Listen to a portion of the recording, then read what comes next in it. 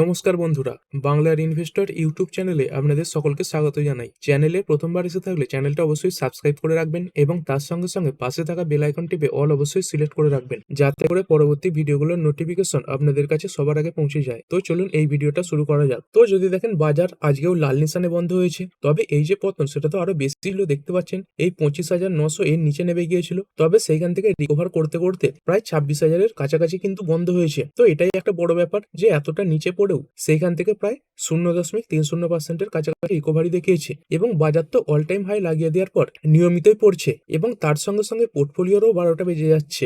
এরপরে যদি ইন্ডাইসেসের কথা বলি, তো এই নিফটি ব্যাংক এবং ফাইন্যান্সিয়াল সার্ভিস এই ইন্ডাইসেস গুলো বাদ দিয়ে বাকি প্রতিটা ইন্ডাইসেস লাল নিশানে বন্ধ হয়েছে। তো দেখতে পাচ্ছেন নিফটি নেক্সট 50 1%-এর উপরে পড়ে গেছে, মানে নিফটির থেকে অনেকটা বেশি কিন্তু এই নিফটি নেক্সট 50 পড়েছে। তারপরে এই মিড ক্যাপ সিলেক্ট এটাও 1%-এর উপরে পড়েছে। 100, 200, 500 এইগুলো সবই দেখতে পাচ্ছেন প্রায় 0.5%-এর কাছাকাছি পড়ে গেছে। তারপরে এই মিড ক্যাপ 50, মিড ক্যাপ 100 এইগুলো সবই 1%-এর কাছাকাছি পড়া। এবং যদি স্মল ক্যাপের কথা বলি, তো এই স্মল ক্যাপ 100 এটা 0.25%-এর কাছাকাছি ডাউন এবং এই স্মল ক্যাপ 50 এটাও 0.1% ডাউন হয়েছে। এবং তার সঙ্গে সঙ্গে যদি নিচের দিকেও যান, দেখতে পাবেন যত বড় বড় ইন্ডাস্ট্রিজ রয়েছে সবই কিন্তু লালসানেই বন্ধ হয়েছে। এবং এর সঙ্গে সঙ্গে বিএসসি সেন্সেক্স এটাই 31 পয়েন্ট পড়ে বন্ধ হয়েছে। আর যদি মার্কেট ব্রেথের কথা বলি, তো এটা খুবই খারাপ। তো কালকের মতোই অবস্থা, দেখতে পাচ্ছেন একটা বাড়া শেয়ারের সামনে প্রায় কিন্তু দুখানা পড়া শেয়ার রয়েছে। যেখানে 1052 খানা শেয়ার বেড়েছে, সেখানে 2074 খানা শেয়ার কিন্তু পড়েছে। তো এগুলো এনএসির যে স্টক সেগুলোর কথাই বলছি। এবং এই যে মার্কেট পড়ছে তার পেছনে যদি কথা বলি, 2 থেকে 3টে কারণ বলতে পারেন। প্রথমত এই যে ইন্ডিয়ান রুপি,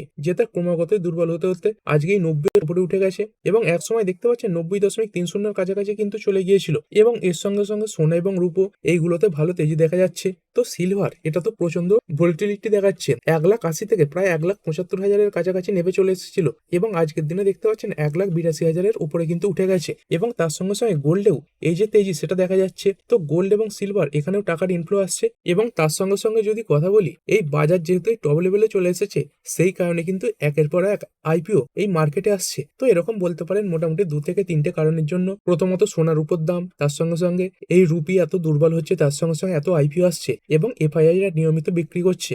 এসব কারণের জন্যই কিন্তু এই মার্কেটে পতন দেখা যাচ্ছে। এরপর যদি সেক্টর ওয়াইজ কথা বলি, তো নিফটি অটো এটা 1%-এর উপরে পড়েছে। ফাইন্যান্সিয়াল সার্ভিসেস এটা 0.34% ডাউন। এফএমসিজি এটা 0.1%-এর কাছাকাছি ডাউন হয়েছে। তবে আইটি এবং মিডিয়া এতে তেজি দেখা গেছে, আইটি 0.1%-এর কাছাকাছি বেড়েছে। তারপরে মেটাল সেক্টর এটা 0.5% ডাউন হয়েছে। ফার্মা একদম ফ্ল্যাট পারফরমেন্স দেখিয়েছে। এবং পিএসইউ ব্যাংক তো এই সেক্টরের তো আজকে 12টা বেজে গেছে, দেখতে পাচ্ছেন 3%-এর উপরে পড়া। তো এর পেছনে সলিড কারণও রয়েছে। তারপরে এই প্রাইভেট ব্যাংক এটা 0.5%-এর উপরে বেড়েছে। এবং নিফটি রিয়ালটির যদি কথা বলি, তো এটা 0.1% ডাউন। আর এই এশিয়ান মার্কেটগুলো কেমন পারফর্ম করছে, তো এশিয়ান মার্কেটকে কিন্তু ইন্ডিয়ান মার্কেট ফলো করছে না। তো দেখতে পাচ্ছেন নিক্কেই এটা 1.14% বেড়েছে। তবে চীনের মার্কেটে পতন দেখা গেছে। এই সাংহাই এটা 0.5% ডাউন এবং এই হ্যাংসাং এটাও 1.28% ডাউন। আর যদি এই সাউথ কোরিয়ার মার্কেটের কথা বলি, কোসপি এটা কিন্তু 1%-এর উপরে বাড়া। মানে এশিয়ান মার্কেটে মিক্স রিয়াকশন দেখা গেছে, তবে বেশিরভাগেতেই কিন্তু এই যে লাল সেটা দেখা যাচ্ছে।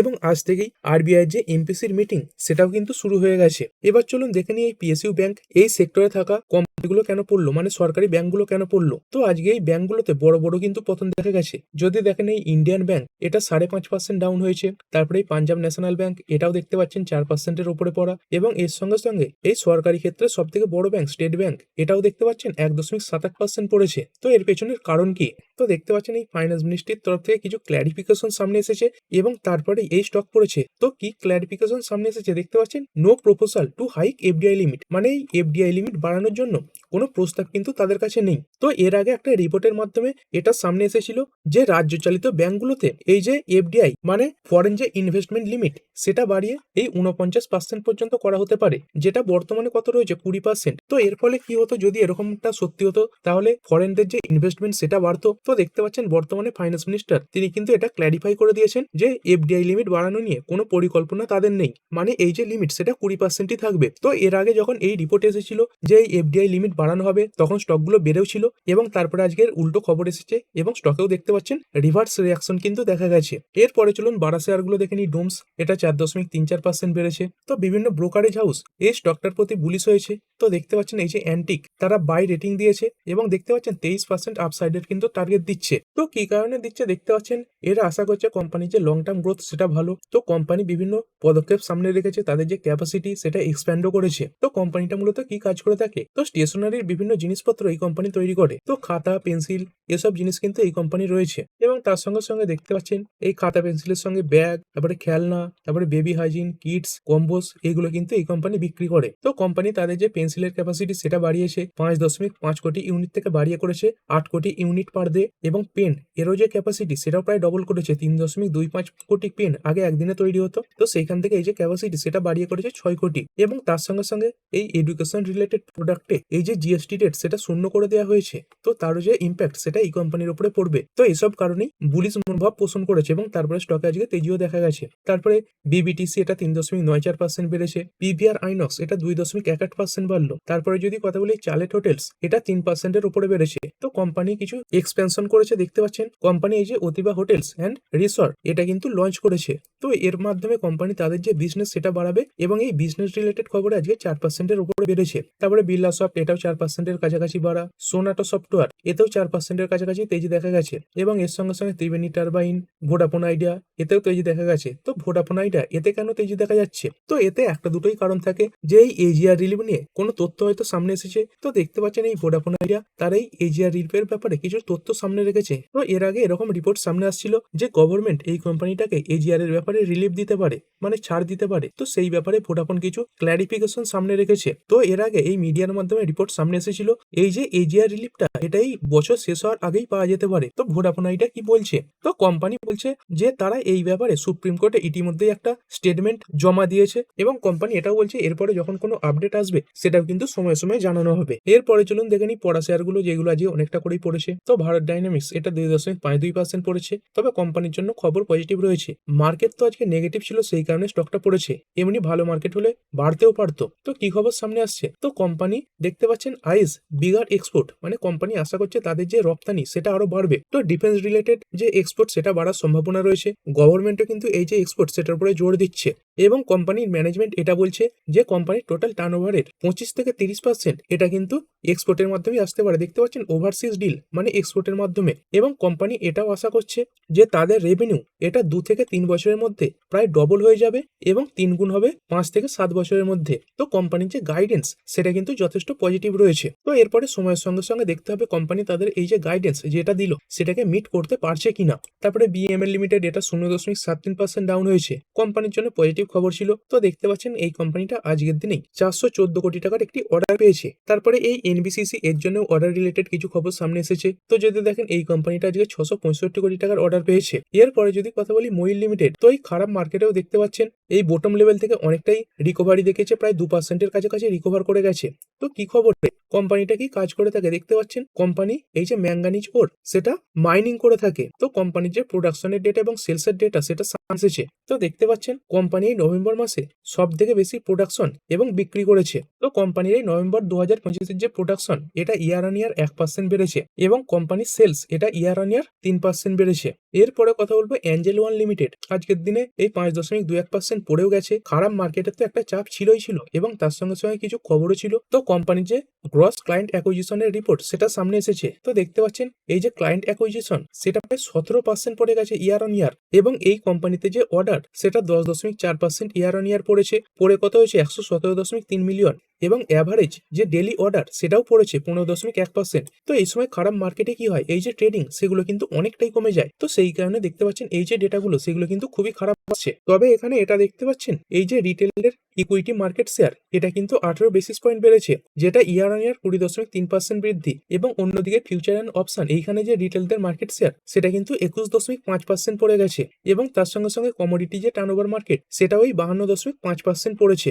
এবং এর সঙ্গে সঙ্গে এই এফএনও রিলেটেড কিছু খবর সামনে আসছে। তো দেখতে পাচ্ছেন আজকের দিনেই এটার সামনে এসেছে। তো এখানে দেখতে পাচ্ছেন কি লেখা রয়েছে সোর্স, মানে এটা রিপোর্টের মাধ্যমে সামনে এসেছে, এটা কোনো অফিসিয়াল নিউজ নয়। তো কি রিপোর্ট সামনে আসছে দেখতে পাচ্ছেন, SEBI may tighten access to derivative trading with new suitability norms, মানে সেবি এই ডেরিভেটিভ ট্রেডিং মানে এফএনও ট্রেডিং এর যে রুল সেগুলোকে আরো শক্ত করতে পারে। তো এর আগে এরকম কথাবার্তা হচ্ছিল যে এফএনও সেগমেন্টে এন্ট্রি নিতে গেলে এই সেবির কাছে কিছু পরীক্ষাও দিতে হবে। তো সেরকমই কিছু রিপোর্ট কিন্তু আজকের দিনে সামনে আসছে। তো সেবি আপনার কিছু পরীক্ষা নেবে, তো সেবি তাতে যদি দেখে যে আপনি এই ব্যাপারে সুটেবল, তাহলে কিন্তু সেবি আপনাকে এই এফএনওতে ট্রেডিং করার জন্য ছাড়পত্র দিতে পারে। কারণ এমনিতেই এই রিটেল ট্রেডাররা প্রচুর পরিমাণে কিন্তু এফএনও মার্কেটে লস করছে। তো সেই লস যাতে কমে সেই কারণে কিন্তু সেবি এই যে এফএনও সেগমেন্ট সেটাকে আরো টাইট করার জন্য চেষ্টাও করছে। তারপরে বিএসসি লিমিটেড এবং এর সঙ্গে সঙ্গে সিডিএসএল এগুলোতেও 2% উপরে পতন দেখা গেছে। তো মার্কেট যখন খারাপ পারফর্ম করে এই স্টকগুলোতে কিন্তু প্রায় 90% ক্ষেত্রে সেরকমই পারফরমেন্স দেখা যায়, এবং অন্যদিকে যখন মার্কেট ভালো পারফর্ম করে এইগুলো সেরকম ভালো পারফর্মও করে, কারণ এইগুলোই শেয়ার মার্কেট রিলেটেড ইনফ্রার সঙ্গেই যুক্ত। তারপরে এই ওয়াকার্ড তো গত দুদিনে মোটামুটি একটা ভালো র্যালি দেওয়ার পরে আজকে কিছুটা প্রফিট বুকিং এসেছে, 5.48% পড়েছে। তারপরে হুডকো এটা 4.51% ডাউন হয়েছে। ওলা ইলেকট্রিক তো এর হাল তো খুবই খারাপ হয়ে গেছে, দেখতে পাচ্ছেন আজকের দিনেও এই 5.02% পড়েছে এবং লোয়ার সার্কিট লাগিয়ে দিয়েছে। তো এমনিতেই কোম্পানির যে সেলসের ডেটা সেটা সামনে এসেছিল। তো যদি দেখেন কোম্পানি কতগুলো গাড়ি বিক্রি করেছে মানে ইলেকট্রিক টু হুইলার, তো দেখতে পাচ্ছেন মাত্র 8,254 খানা ইলেকট্রিক টু হুইলার বিক্রি করেছে, এবং কোম্পানি আগে 4 নম্বরে ছিল। তো কোম্পানি তাদের যে পজিশন সেটাকে ধরে রাখতে পারেনি এবং 5 নম্বরে চলে এসেছে, এবং সেখানে দেখতে পাচ্ছেন এর যে কম্পিটিটররা রয়েছে তারা কিন্তু প্রায় এর থেকে 3 গুণ গাড়ি বিক্রি করেছে। দেখতে পাচ্ছেন এই টিভিএস প্রায় 30,000-এর কাছাকাছি, বাজাজ 25,000-এর উপরে, অ্যাথার এনার্জি এরাও 20,000-এর উপরে গাড়ি বিক্রি করেছে, এবং হিরো এরাও তাদের যে ইলেকট্রিক টু হুইলার সেটা এই 12,000-এর কাছাকাছি বিক্রি করেছে। তো কোম্পানি প্রথমে এই ইলেকট্রিক টু হুইলার নিয়ে এসেছিল, তখন এত কম্পিটিটর ছিল না, এবং সেই কারণে প্রথমে তাদের গাড়ির বিক্রিও ভালো হতো, কিন্তু পরে কোম্পানির যে সার্ভিস সেটাও খুব খারাপ, এবং তার সঙ্গে সঙ্গে অন্যান্য কম্পিটিটর গুলো অ্যাগ্রেসিভলি এই যে মার্কেট সেটা ক্যাপচার করতে থাকে। আর দেখুন এই ওলা এর কেন প্রবলেম হচ্ছে, দেখুন এই যে টিভিএস বাজাজ হিরো রয়েছে না, এদের কিন্তু একটা বড় নেটওয়ার্ক রয়েছে, তো এদের বিভিন্ন শোরুম রয়েছে, বিভিন্ন ডিলার রয়েছে, তো এই কোম্পানিগুলো কিন্তু খুব সহজেই সেখানে পৌঁছে যেতে পারে তাদের এই টু হুইলার নিয়ে। আর সেখানে এই উল্টো দিকে ওলা ইলেকট্রিক এর কিন্তু অত সুবিধা নেই, তো সেই কারণে কিন্তু এই কোম্পানি আস্তে আস্তে পিছিয়ে পড়ছে, এবং কোম্পানির ব্যালেন্স শিটও খারাপ। কোম্পানি একটা লস মেকিং কোম্পানি, দেখতে পাচ্ছেন এই যে নেট প্রফিট সেকশন, এখানে তো কোনোবার প্রফিট করেই না, উল্টে লস করেই যাচ্ছে। তবে কোম্পানি সার্ভিস রিলেটেড কিছু তথ্য সামনে রেখেছে। কোম্পানি কি করেছে, কোম্পানি একটা অ্যাপ লঞ্চ করেছে, তো সেই অ্যাপের মাধ্যমে আপনি এই যে সার্ভিস সেটা বুক করতে পারবেন, এবং তার সঙ্গে সঙ্গে কোম্পানি আরো অন্যান্য কিছু সেগমেন্টেও তাদের যে বিজনেস সেটা বাড়াবার চেষ্টা করছে। তো এই জিনিসগুলো যদি ঠিক হয় তবেই কিন্তু এই কোম্পানিতে রিকভারি আসা সম্ভব, না হলে কিন্তু এই কোম্পানি এখান থেকে আরো নিচের দিকে নামতে পারবে, এবং শর্ট টার্মে এইটা 35 পর্যন্ত যাওয়ারও কিন্তু সম্ভাবনা রয়েছে। আর ভিডিও শেষে যদি নিফটির কথা বলি, তো আজকের দিনে মাত্র 13টা কোম্পানি পজিটিভে বন্ধ হয়েছে এবং 37টা কোম্পানি নেগেটিভে বন্ধ হয়েছে। আর কোনগুলো ভালো এবং খারাপ পারফর্ম করলো, তো এই উইপ্রো এটা টপ গেনার 1.61% বেড়েছে, এবং আজকে মার্কেটে আইটি সেক্টরই সব থেকে ভালো পারফর্ম করেছে। তারপরে হিন্ডালকো এটা 1.46% বাড়া, টিসিএস বেড়েছে 1.41%, আইসিআইসিআই ব্যাংক এটা 1.38% বেড়েছে, এইচডিএফসি ব্যাংক এটা 1.04% বেড়েছে, এবং তারপরে আবার দেখতে পাচ্ছেন ইনফোসিসের নাম রয়েছে। মানে প্রথম 5 থেকে 6খানা কোম্পানির মধ্যে 2 থেকে 3টেই কিন্তু এই আইটি সেক্টর থেকে বিলং করছে, এবং অন্যদিকে পড়লো কোনগুলো, তো যদি পড়া শেয়ারের কথা বলি, তো এখানে দেখতে পাচ্ছেন ম্যাক্সেল এটা 2.91% ডাউন হয়ে গেছে। তারপরে এই টাটা কনজিউমার এটা 2.25% পড়েছে। তারপরে এই আদানি এন্টারপ্রাইজেস এটা 2.14% ডাউন। তারপরে বেল এটা পড়ে গেছে 2%-এর উপরে, এবং শ্রীরাম ফাইন্যান্স এটা 1.38% ডাউনফল দেখা গেছে। তো এই ভিডিওটা এখানেই শেষ করছি, পরবর্তী ভিডিওতে আরো কিছু স্টক স্পেসিফিক নিউজ কভার করা হবে। তো ঠিক আছে বন্ধুরা, আশা করছি ভিডিওটা আপনাদের ভালো লেগেছে। আপনি চাইলে এটাকে লাইক এবং শেয়ার করতে পারেন।